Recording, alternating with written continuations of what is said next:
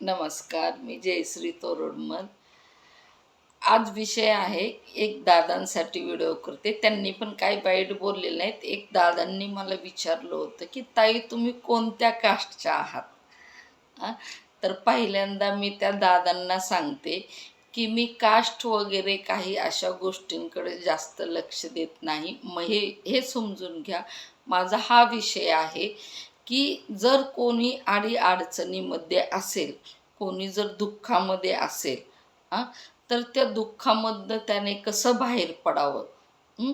आलेल्या दुःखाला कसे सामोरे जावे, संघर्षातनं कसं बाहेर पडायचं, हां, ह्या गोष्टींवर मी जास्त भर देते. कारण याचं हे बी एक कारण आहे दादा, की आम्ही खूप संघर्षामधनं बाहेर आलेलो आहे. आम्ही खूप जवळून संघर्ष पाहिलेला आहे आणि मला खरोखर असं अंतःकरणामधनं नेहमी वाटत असतं की कोणी दुःखामध्ये नसावं.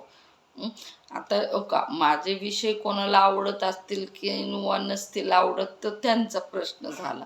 पण माझ्या मनाला समाधान वाटतं की कोणाला जर माझे विषय आवडत असेल आणि त्या दुःखामधनं जर तो बाहेर पडत असेल, तर खरोखर या गोष्टीचं मला समाधान वाटतं.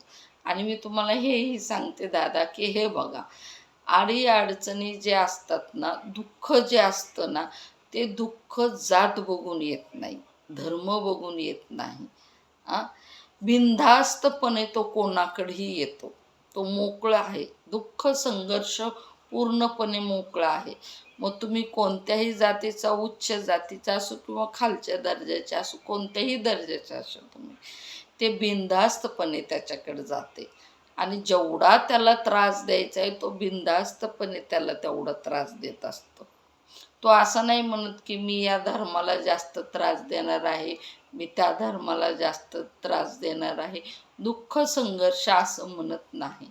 आणि माझं काम काय आहे की दुःखामधनं बाहेर पडण्याचा मार्ग सांगणे.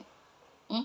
2 शब्द चांगले समजावून सांगणे, त्यांना काहीतरी आशेचा किरण देणं, हे माझं काम आहे.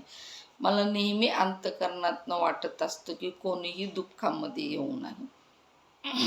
आणि मी पुन्हा एकदा सांगते की दुःख हे कधीही जात धर्म बघून येत नाही. तो कोणाकडेही येत असतो.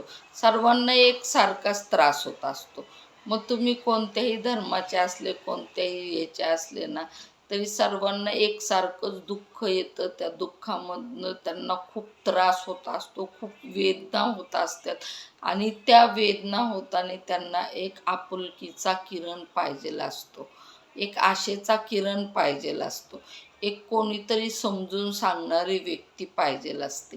एक हात धरून बाहेर काढणारी दलदलीतनं त्याला एक व्यक्ती पाहिजेल असते. कोणीतरी त्याला समजून सांगणार पाहिजेल असतं. आणि हेच मी करण्याचा प्रयत्न करत असते, की सुख-दुःख हे माणसाला नेहमी येत जात राहतं. प्रत्येक व्यक्ती ही दुःखातूनच बाहेर पडलेली असते.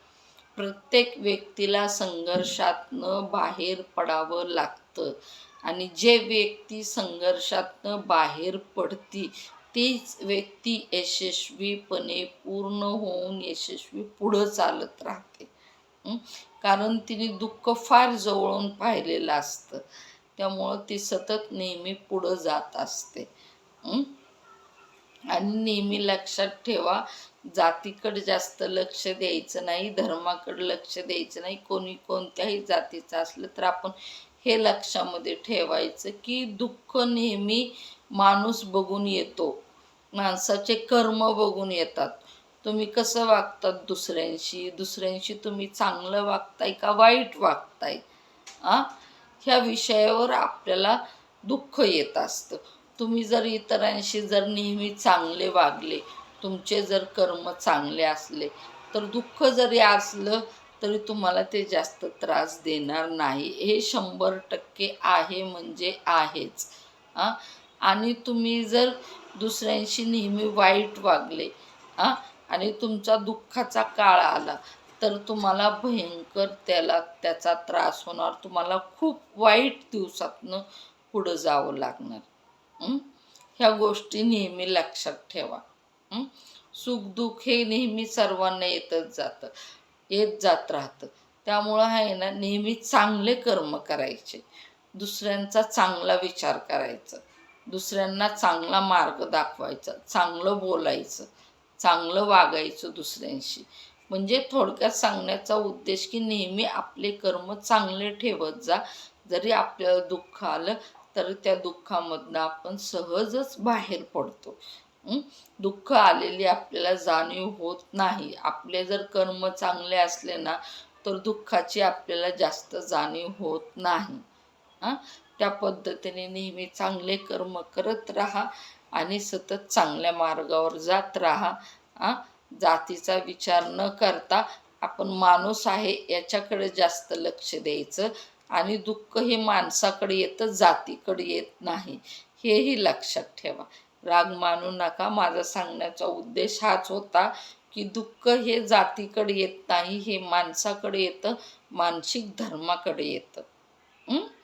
त्यामुळं माझे जर व्हिडिओ आवडत असले तर नेहमी त्याला लाईक करत जा, सबस्क्राईब करत जा आणि तुमच्या मनामध्ये जे चांगले विचार असेल ते नेहमी लिहून टाईप करून पाठवत जा, वाचून, जेणेकरून मला बरं वाटेल असं काहीतरी लिहून चांगलं पाठवत जा.